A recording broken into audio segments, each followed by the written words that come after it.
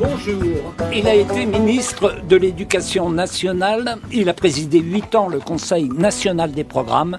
Il a été parmi les premiers à proposer le service civique. Bref, il est au cœur de tout ce dont on parle aujourd'hui. J'ai invité Luc Ferry. Réagir à l'événement, c'est philosopher. Un jour, il écrit que les religions ne se valent pas au regard de la laïcité. Un autre jour, il constate qu'elles permettent néanmoins toutes des déviations intégristes et il se demande pourquoi. Il signe ses articles dans le Figaro et les a regroupés déjà dans 2 livres publiés chez Plomb, Chronique du temps présent. C'est une fois pour toutes. Luc Ferry, bonjour. Bonjour Dominique Souchier. Luc Ferry, dans tout ce que cette semaine on a pu dire et annoncer de concret sur l'école, qu'est-ce que vous retenez d'important ou de symbolique qui permettra de dire qu'à l'école il y aura eu un avant et un après 7 janvier? Alors, je veux pas être pessimiste, mais vraiment pas grand-chose. Je vois pas bien ce qu'on va retenir des annonces qui ont été faites cette semaine. Moi, rien, quasiment rien. Eh ben, vous l'avez dit. Si, une chose, le service civique. Voilà, ça, si. Voilà, si je veux dire quelque chose de positif, parce que je tiens pas spécialement à être désagréable, mais si, ce que François Hollande a annoncé sur le service civique, à savoir qu'on allait faire monter, je peux dire mon service civique, puisque avec l'amiral Béraud, c'est moi qui ai conçu avec mon conseil ce service civique, qui est à mon avis un dispositif formidable. On en a entre 20 et 40 000 bon an, mal an. Et François Hollande a annoncé qu'on allait passer à 170 000. Et je pense que c'est en effet une très très bonne idée que de proposer aux jeunes des engagements qui sont utiles dans la cité, qui vont être reconnus aussi, parce qu'ils ont un très grand désir de reconnaissance, et qui permettent évidemment d'offrir des alternatives, si vous me permettez cette faute de français, à d'autres engagements qui sont plus funestes. Donc ça, je trouve que c'est une très très bonne idée, très bonne mesure. Pour le reste, dans l'école, non, il y a vraiment pas grand-chose. Attendez, il va y avoir dans toutes les écoles une journée de la laïcité. Oh là là là là là, les journées de ceci, L'instruction de cela. civique va se faire de la maternelle aux plus grandes classes. C'est déjà le cas. Ça se met en route. Non, c'est déjà le cas depuis toujours. C'est pas même dans mon enfance, on avait les leçons de morale. Comme on a à peu près le même âge, Dominique. Vous devez vous souvenir qu'on avait la petite phrase qui vole un œuf, vole un bœuf, etc. Non, le problème, c'est il y a toujours eu des cours d'instruction civique qui sont déjà là. Le problème, c'est que dans l'état actuel des choses, ces cours, je l'ai dit toute cette semaine, pardon de le redire, mais ils sont calamiteux.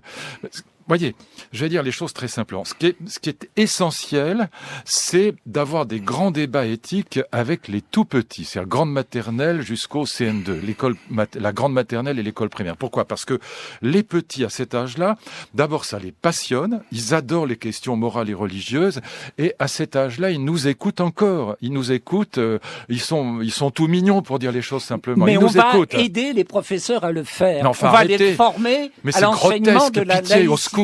Mais enfin, si les professeurs, d'abord, on va former 1000 formateurs de formateurs de formateurs. Mais c'est grotesque. On a 840 000 profs ensemble. C'est très compliqué, Luc Ferry. Mais arrêtez, on a 840 000 professeurs en France.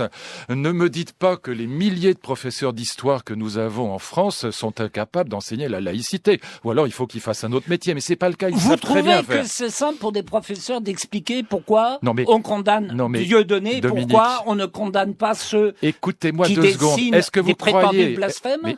Est-ce que vous croyez C'est très compliqué d'expliquer ça. Écoutez-moi, il y en juste a des une seconde. pages entières dans le Figaro, dans le Monde. 3 secondes. Je demande, est-ce que vous croyez sérieusement, mais alors vraiment, je vous pose la question, qu'avec ce qui est prévu, c'est une formation de 48 heures dans l'année pour 1000 professeurs? 48 heures dans l'année pour 1000 professeurs. Vous croyez que ça va changer quelque chose? Non. Si vous voulez changer l'enseignement et aider les professeurs qui en ont besoin à enseigner les valeurs morales, les valeurs de la laïcité, les valeurs du civisme, c'est pas du tout comme ça qu'il faut faire. Il faut, changer les programmes qui sont complètement débiles. J'ai regardé les programmes de 2012. Tenez-vous bien. Pour les enfants, les petits, on est à CM1, CM2, ils ont entre 8 et 10 ans. Vous avez des items dans le programme, vous avez des thèmes, si vous préférez, dans le programme, qui sont le budget des collectivités territoriales. Qu'est-ce que vous proposez, vous, à la place? Exactement le contraire de ça.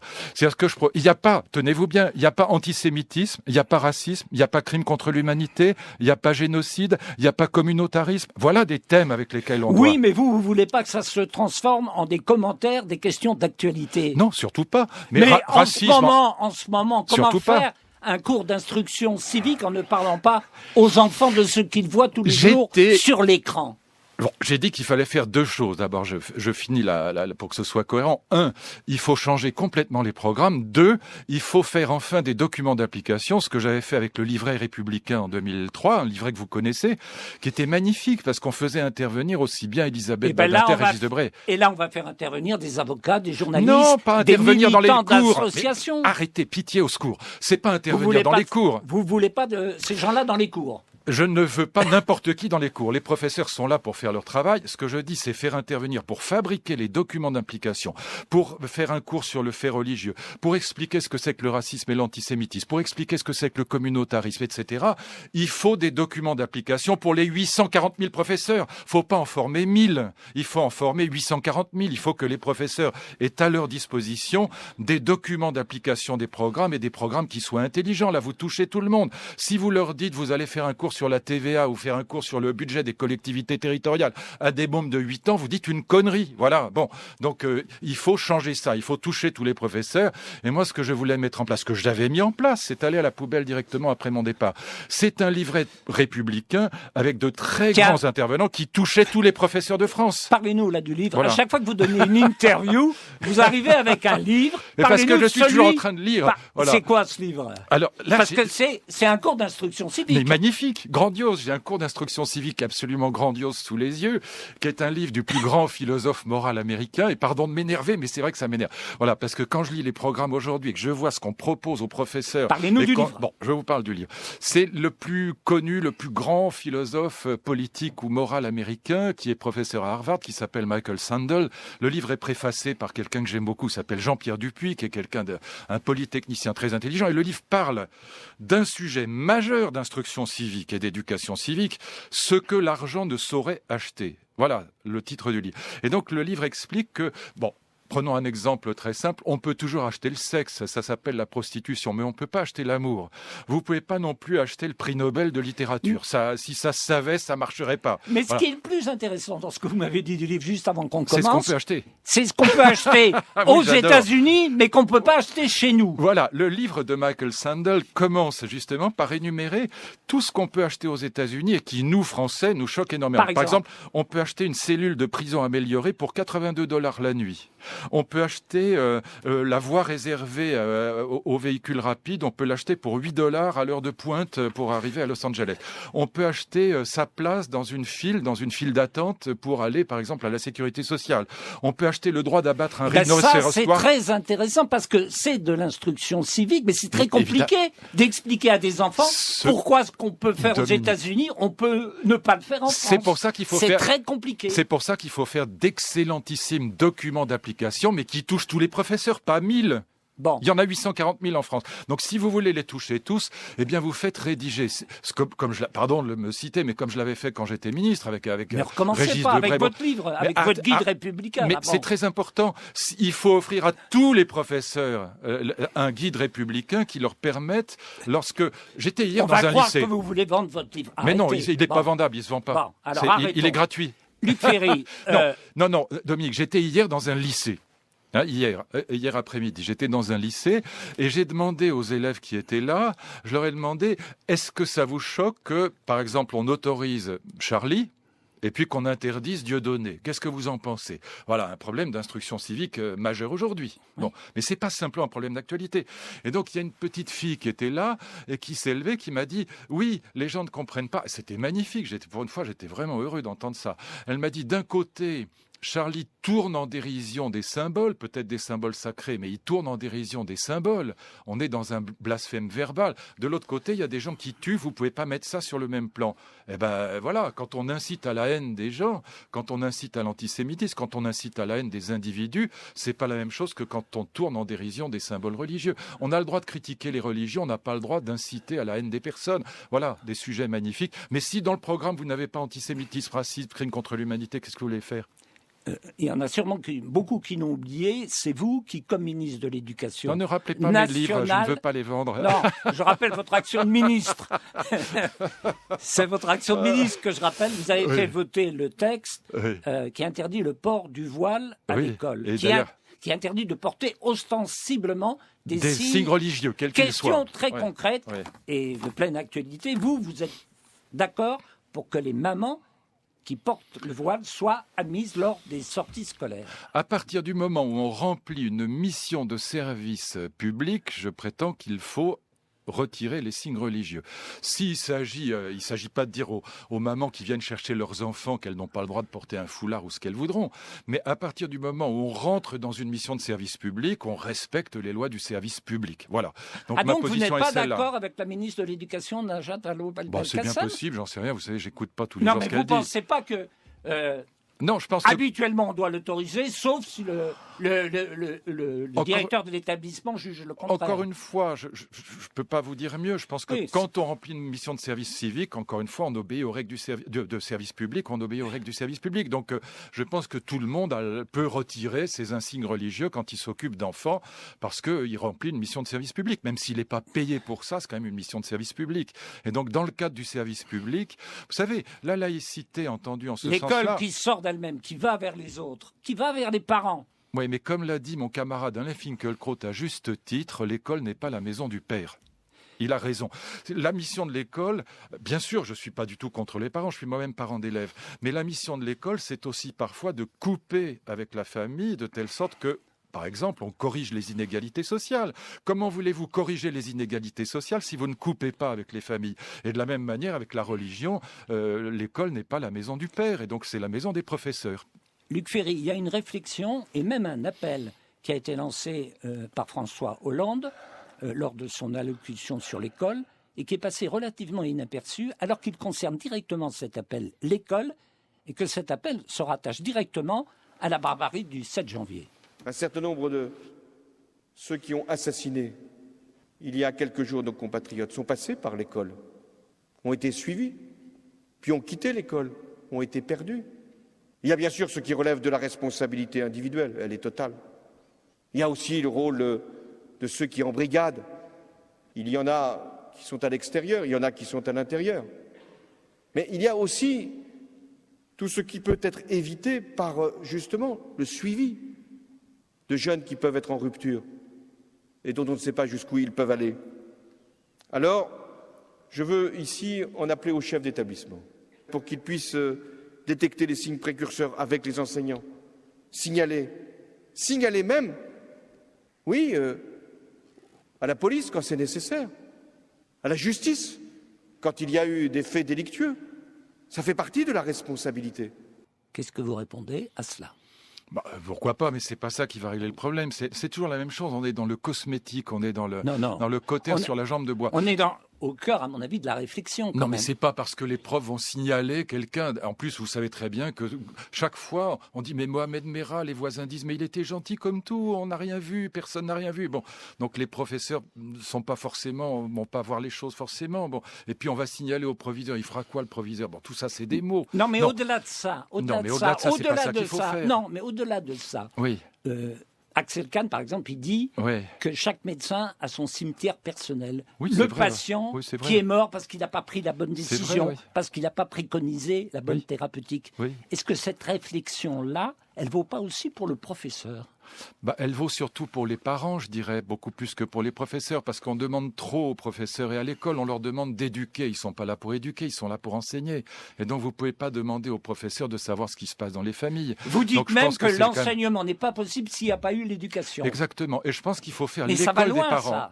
Mais bien sûr, c'est la réalité. C'est pas tellement l'enseignement qui va mal. Ce qui va mal, c'est le multiculturalisme qu'on a laissé s'introduire en France depuis maintenant une quarantaine d'années dans le sillage de mai 68, ce multiculturalisme, cette atomisation du social est une catastrophe. Et puis le fait que, moi je prétends que si je vous mets, vous Dominique Souchier, tout grand homme que vous êtes, dans une classe de 4e ou de 3e, un peu délicate dans le 9 cube, vous ressortez en tutu au bout d'un quart d'heure, c'est ça la vérité. Si l'éducation n'a pas eu lieu, l'enseignement n'est pas possible. Les mots ont un sens. L'éducation, c'est les parents et les enfants, les familles. L'enseignement, c'est les professeurs, les élèves et les écoles. C'est pas la même chose. Et donc vous ne pouvez pas demander aux professeurs de remplacer les parents. Donc il faut faire l'école des parents. Quand il y a un problème dans une classe, quand un enfant refuse de faire la minute de silence, quand il refuse d'entendre un cours sur la Shoah, etc., il faut convoquer les parents. Je vous livre la réflexion d'un auditeur, parce que je regarde les réactions des auditeurs sur le site internet. Il dit: depuis quand une minute de silence serait obligatoire. Les dessinateurs de Charlie Hebdo qui ont été assassinés doivent se poser de drôles de questions. Mais personne n'a dit qu'elle était obligatoire, pardon, mais la remarque est absurde. C'est pas la question de savoir si c'est obligatoire ou pas, la question est de savoir si on obéit au prof quand il demande quelque chose. C'est tout, j'ai pas dit que la minute de silence était obligatoire. Je dis que quand le professeur demande quelque chose, s'il demande que les élèves se lèvent, par exemple, quand un inspecteur rentre dans la classe, les élèves, ils ont qu'une chose à faire, c'est de se lever, voilà. Et donc, on a un problème de rétablissement de l'autorité dans les collèges, et donc je dis que ça ne peut pas se régler sans convoquer les parents. Voilà. Si les parents n'aident pas les professeurs ne peuvent rien faire. Mais j'ai jamais dit que la minute de silence était obligatoire. Hier soir sur France Culture, Pierre Ozan-Vallon disait dans le magazine de la rédaction que ça serait extrêmement grave si on voyait dans ces terroristes le résultat de dysfonctionnement de l'école et de la société. Ils disent que ça serait extrêmement grave qu'on en fasse, Non, mais encore une fois, on ne peut pas faire le tout à l'école. Mais est-ce que c'est pas ce qu'on fait quand même tous depuis 4 jours? Mais évidemment, et c'est ça qui ne va pas. Encore une fois, le problème est beaucoup plus dans les familles que dans les écoles. Alors, ce qui est vrai, c'est que l'école peut faire quelque chose, et ça, j'y tiens énormément. D'abord, en effet, rétablir l'autorité des professeurs qui aujourd'hui est complètement anéantie au collège. Mais deuxième chose, il faut évidemment, et ça c'est très important, faire en sorte que tous les élèves puissent réussir quelque chose. J'allais presque dire, quoi que ce soit, ça m'est égal, mais qu'ils réussissent quelque chose. Quand vous avez des enfants qui sont en échec depuis quasiment le CP, depuis le cours préparatoire, sachez que 80% des enfants qui n'apprennent pas à lire au cours préparatoire n'apprennent jamais à lire. Et donc, quand vous avez des enfants... Là, on va évaluer chez les enfants la maîtrise du français à la fin... du CM2 Oui, enfin, on a toujours évalué la maîtrise du français, donc c'est pas une nouveauté là non plus, qu'on le mette au CE2 ou au CM2, ça change pas grand-chose. Bon. Ouais. Donc, mais ça, il y a toujours eu une direction de l'évaluation. Moi, j'avais un directeur qui s'appelait Claude Tello, qui était très bien. Bon, donc tout ça, encore une fois, on annonce des trucs comme si c'était nouveau, alors que ça se fait depuis toujours. Bon, donc il y a toujours eu une évaluation des élèves. Bon, mais c'est pas ça le sujet, c'est que quand un enfant est en difficulté à l'école, ça se voit pas quand il est petit, quand il a 6-7 ans, parce qu'ils sont très mignons les 6-7 ans. Mais quand il en a 14 et que ça fait 5 ans qu'il est en échec scolaire, c'est comme un chat dans un coin de la pièce, quand vous essayez de l'attraper qui veut pas, il griffe. Et donc, il faut que tous les élèves réussissent quelque chose, donc il faut complètement réformer le rapport collège-enseignement professionnel. Luc Ferry, parfois, ça se voit très très tôt. Lundi, France Culture consacrait toute sa journée aux enfants perdus de la République. Je voudrais vous faire écouter ce que disait dans le cadre de cette journée, le matin, chez Marc Voinchet, Prune, elle enseigne le français dans un lycée professionnel du 18e à Paris. Elle est par ailleurs formatrice dans un dispositif de lutte contre la grande difficulté scolaire. Très bien, écoutons-la. On s'adresse aux enfants à l'entrée en CP. De la même manière à ceux qui ont toujours été élevés dans la langue française et à ceux qui sont issus de familles non francophones. Ce qui pose une vraie question assez évidente pourtant. Dès la maternelle, on pourrait envisager qu'un enseignement soit donné à chacun des élèves, un enseignement de la République qui prenne en compte cette particularité énorme en Île-de-France, et qu'on propose aux élèves français, mais élevés dans des familles non francophones, un enseignement du français comme langue seconde et pas comme langue première. Parce qu'on constate aujourd'hui que l'idée qu'on avait du bain linguistique ne fonctionne pas. Donc il faut faire quelque chose. Là, c'est vraiment notre responsabilité. Voilà. Qu'est-ce que vous répondez à cela qui est dit avec force, avec une force qui s'entend. Oui, je suis vraiment consterné d'entendre ça. Je ne veux pas du tout dire des choses désagréables à cette dame, mais ce qu'elle demande existe comme nulle part ailleurs en France, et spécialement en Île-de-France. C'est-à-dire qu'on a tout un cortège de professeurs qui enseignent le français à destination des étrangers, et la loi nous oblige à scolariser obligatoirement tous les enfants d'étrangers qui sont sur le territoire, même quand ils sont clandestins. Et évidemment qu'on a le français destiné aux étrangers, qui est, encore une fois, on a des milliers de professeurs qui sont spécialisés uniquement dans cette direction-là. Enseigner le français en deuxième langue et leur parler dans leur langue. Non, pas leur parler dans leur langue, mais enseigner le français aux étrangers. Il faut surtout pas leur parler dans leur langue. Il faut évidemment que ces enfants s'adaptent à la langue française, mais nous avons, encore une fois, des milliers de professeurs en France qui sont entièrement dédiés à enseigner le français aux jeunes étrangers qui viennent chez nous. Donc là, les bras m'en tombent des mains.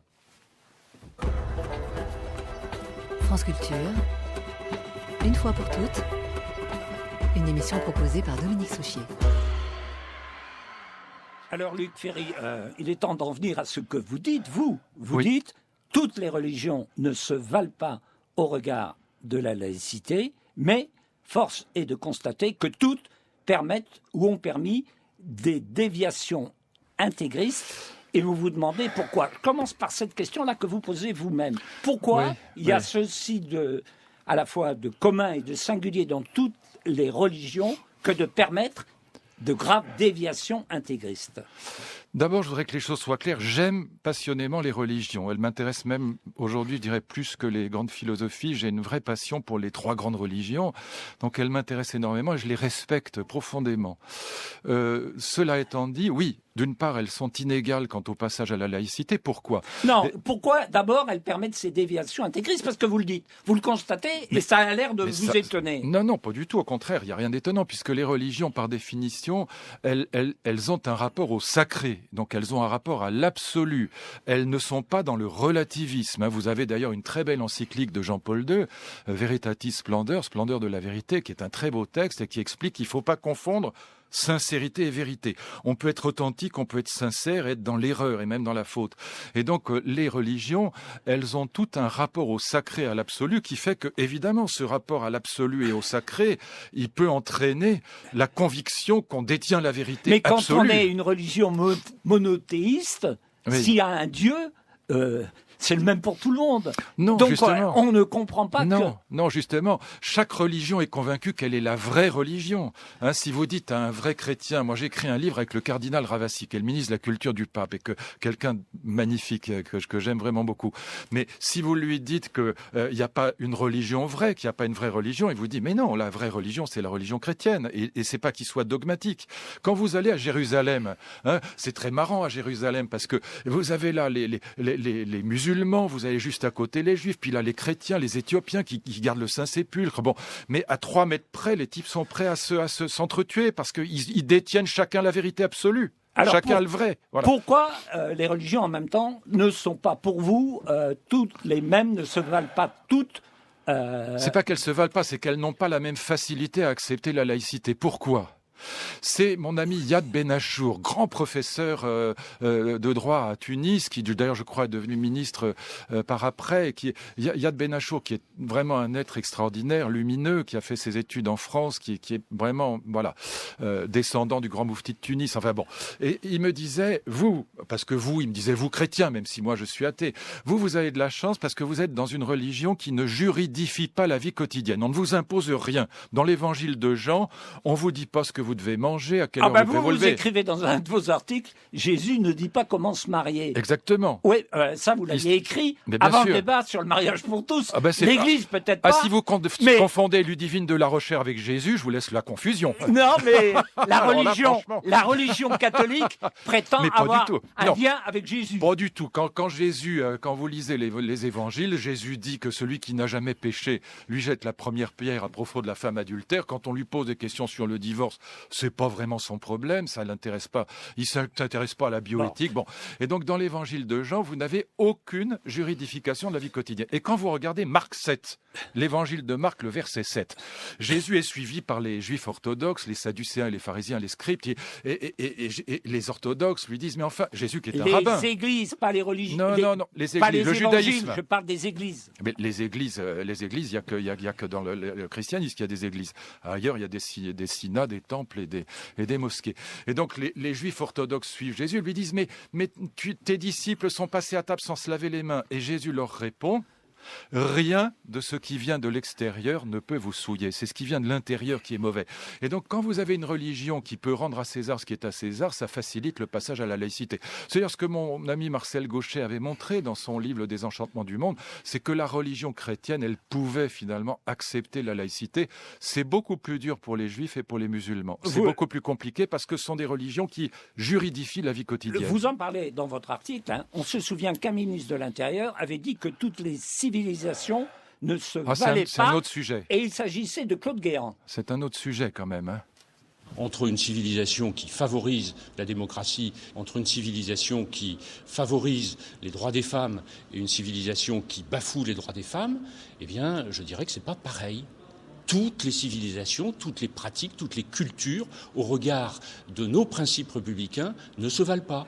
Et face à lui, parmi tous ceux qui s'indignaient, il y avait François Bayrou.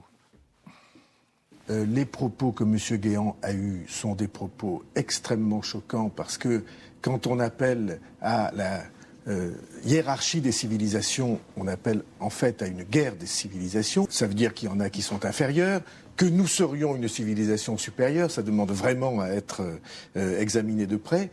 Et puis vous voyez bien comment ces propos sont ressentis par tous ceux qui ont eu à souffrir et parmi nos concitoyens français.